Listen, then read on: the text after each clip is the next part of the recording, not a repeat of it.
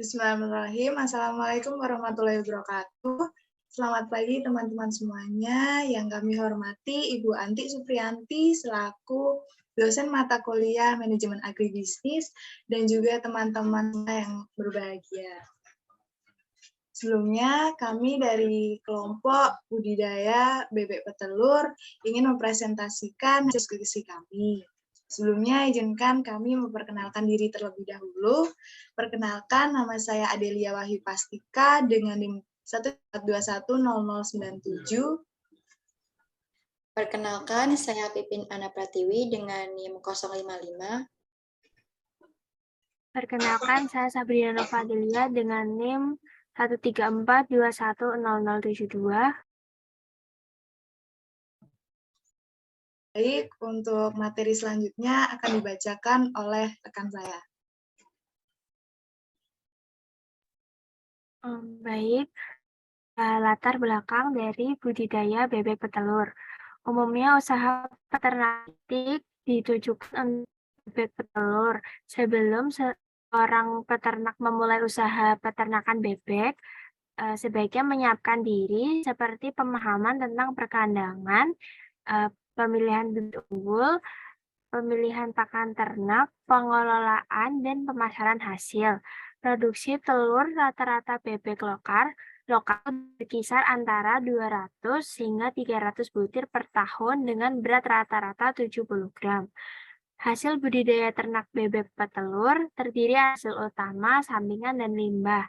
Untuk hasil utamanya berupa telur yang dimanfaatkan dalam bentuk segar, juga dapat diolah menjadi berbagai macam olahan makanan seperti telur asin. Kemudian untuk hasil simpangan berupa bebek afkir dan bulu. Bebek afkir dapat diolah menjadi gulai atau bahan makanan. Kemudian untuk bulunya dapat dijadikan sebagai pengisi kasur, bantalan kursi, jaket, hiasan dinding, penyempit rambut, dan yang lain-lain. Kemudian untuk fases atau kotoran bebek dapat dimanfaatkan sebagai pupuk kandang atau pakan ikan lele dan belut.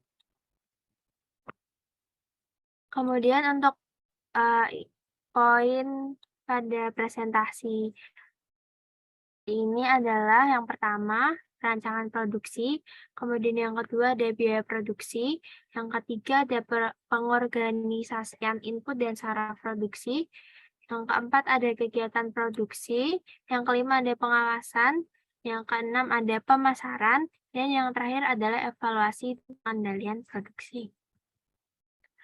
Poin pertama adalah perancangan produksi meliputi pemilihan komoditas, lokasi, dan tata fasilitas. Komoditas yang dipilih adalah bebek petelur. Memilih komoditas ini karena di daerah Yogyakarta sendiri, komoditas bebek petelur masih terbatas. Kemudian untuk keputusan lokasi. Lokasi yang dipilih untuk tempat budidaya bebek petelur bertepat di Desa Ponggis, Bantul, Daerah Istimewa Yogyakarta. Alasan pemilihan lokasi tersebut sebagai tempat budidaya bebek petelur ialah karena tempat tersebut dekat dengan pasar hewan, Imogiri, dan dekat dengan persawahan, sehingga pembelian bibit akan lebih mudah dan efisiensi dalam pembiayaan dan waktu. Itu lokasi tersebut juga cocok dengan habitat bebek, yaitu hidup di tempat berlumpur dan berair, serta memudahkan sarana dan prasarana dalam melakukan irigasi kolam bebek. Next. Oke, selanjutnya adalah kandang dan kolam. Ukuran kandang yang dipilih pada bebek petelur kali ini ialah 12 kali 4 meter persegi. 1 meter ukuran kandang mampu menampung 4 ekor bebek. Kemudian untuk ukuran kolamnya adalah 3 kali 4 meter. Untuk tata letak fasilitas dibangun di dekat lahan karena disesuaikan dengan habitat bebek yang sudah dijelaskan sebelumnya.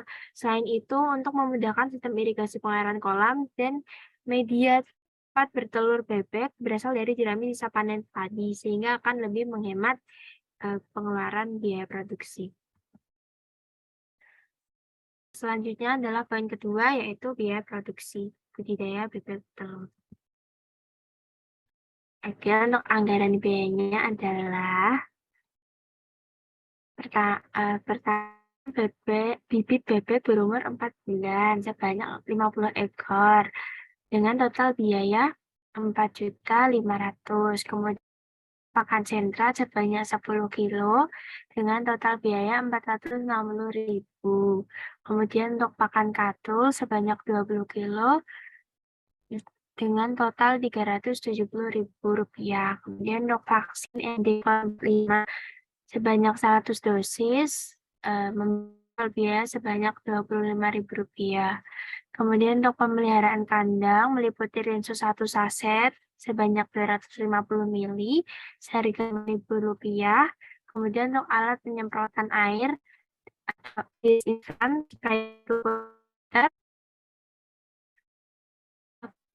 memiliki total biaya 75.000 rupiah. Kemudian untuk tenaga kerja keluarga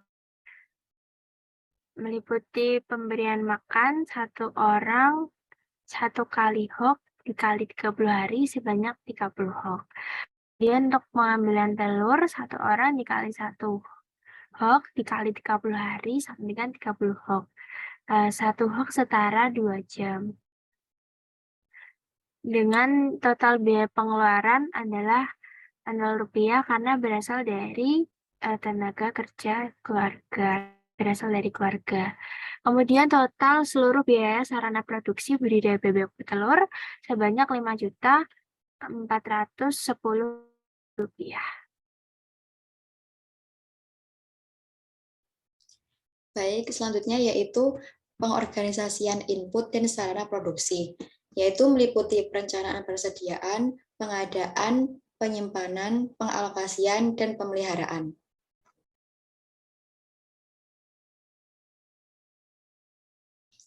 Yang pertama yaitu perencanaan dan persediaan. Jumlah bibit bebek yang berumur 4 bulan sebanyak 50 ekor. Kemudian pembelian bibit tersebut dilakukan di Pasar Imogiri, Bantul. Pembelian pakan sentrat dan katul juga dibeli di pasar. Kemudian vaksin Endiklon 45 dibeli di puskeswan setiap 6 bulan sekali. Kemudian penyimpanan. Setelah telur dipanen, telur diletakkan di tempat telur atau egg tray hingga telur tersebut dipasarkan. Next.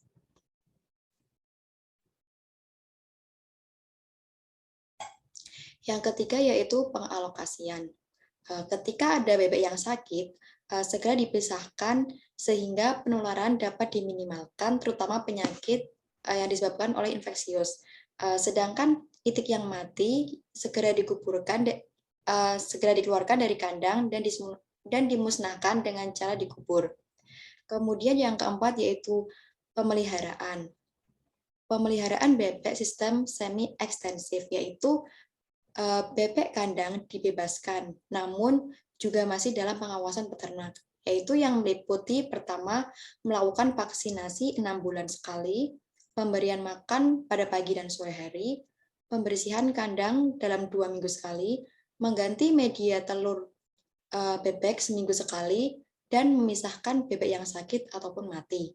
Kemudian pengambilan telur dilakukan pada pagi dan sore hari ketika bebek sudah memasuki masa produktif.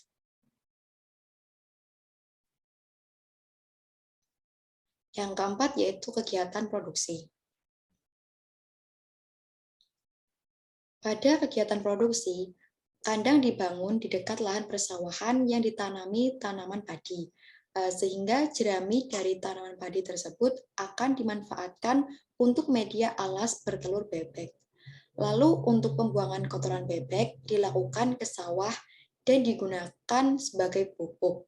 Kemudian tenaga kerja berasal dari keluarga. Masa produktif bebek bertelur adalah mulai dari 5 bulan hingga 2 tahun. Ketika bebek sudah masuk masa produktifnya, maka akan dilakukan proses pemanenan telur. Proses pemanenan telur bebek dilakukan pada setiap pagi hari. Pada saat sudah dipanen, bebek telur atau telur bebek tersebut dimasukkan dan dirapikan di tempat telur atau yang biasa kita menyebutnya dengan kerat.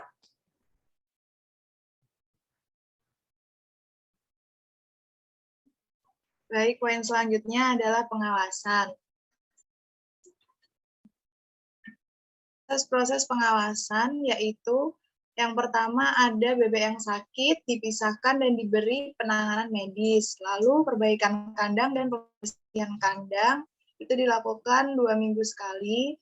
Lalu mengganti media tempat bertelur dengan jerami kering, itu berasal dari tanaman padi sawah di sekitar kandang, lalu menguras kolam dan mengatur pengairan kolam secara berkala. Next. Lalu poin selanjutnya adalah pemasaran.